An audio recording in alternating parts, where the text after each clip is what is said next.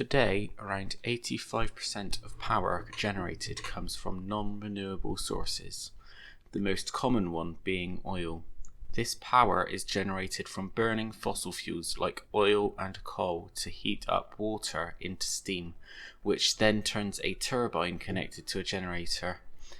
The burning of these fossil fuels releases carbon dioxide and other greenhouse gases which can escape into the atmosphere and cause it to heat up. This is one of the main causes of global warming.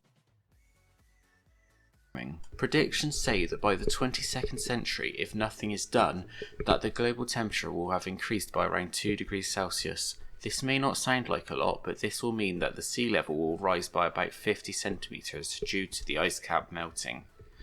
Around 98% of coral reefs are at risk of dying out and bleaching, as they are very susceptible to changing conditions.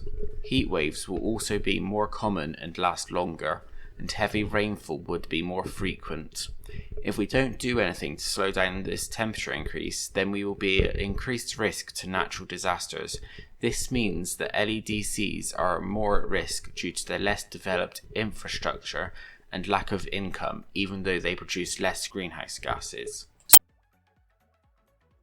Switching to renewable energy will mean that we will be able to slow the release of greenhouse gases into the atmosphere and in turn slow global temperature change. But greenhouse gases will still be released into the atmosphere from cattle, factories, forest fires and lots of other things. But it will be a start. There are lots of different types of ways to generate renewable energy, from using solar panels to harvest the sun's energy, to geothermal generators to harvest the energy from the heat of the Earth's core. Solar panels will work by using UV rays to allow the flow of electrons through the photovoltaic cells. Usually there are many of these cells to form a panel. These panels can then be fixed to the roofs of houses to provide a small amount of energy, or into massive solar farms to provide large amount of energy. Solar panels are usually used in more sunny places like Spain. Another example is wind turbines, which, like solar panels, these are often found in wind farms, with them being commonly found in the UK. They work by harnessing wind power to turn the blades of the wind turbine, which turn a generator through a gearbox, which in turn produces power. Another source of renewable energy is hydroelectric power. There are multiple types of this, but with the most common one being the flow of water through a dam using gravity to turn turbines. Dams work by slowing the flow of water to create a reservoir. They also decrease the chance of flooding in the surrounding area. As it rains, this reservoir fills up. Some of the water is drained into pipes leading to turbines. The water falls and gains lots of kinetic energy from gravity. This force is then transferred to the turbines as rotational energy. This then goes through a gearbox to a generator. If there is heavy rainfall and the water cannot flow through the turbines fast enough and it starts to fill up, then an overflow will open, allowing the dam to safely and quickly lower the water levels in the reservoir. The overflow also allows control over the flow of water, which is carefully monitored so as not to flood the area following the dam.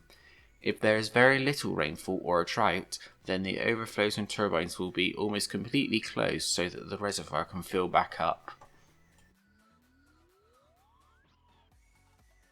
Benefits of using renewable energy is that it is renewable and will not run out, whereas non-renewable sources will deplete and eventually run out. Although renewable energy does not produce as much power as non-renewable sources, they are in most cases cheaper and more efficient in both space and power generation. There are better places for some renewable energy than other places. For example, a dam would be useless in a desert because there is very little rain, but solar panels would work better because there are very few clouds. Just as wind turbines would be very inefficient in a jungle where there is little wind, which makes it a very humid environment because of the lack of wind to move the moisture away. But a dam would work very well because of all the rain.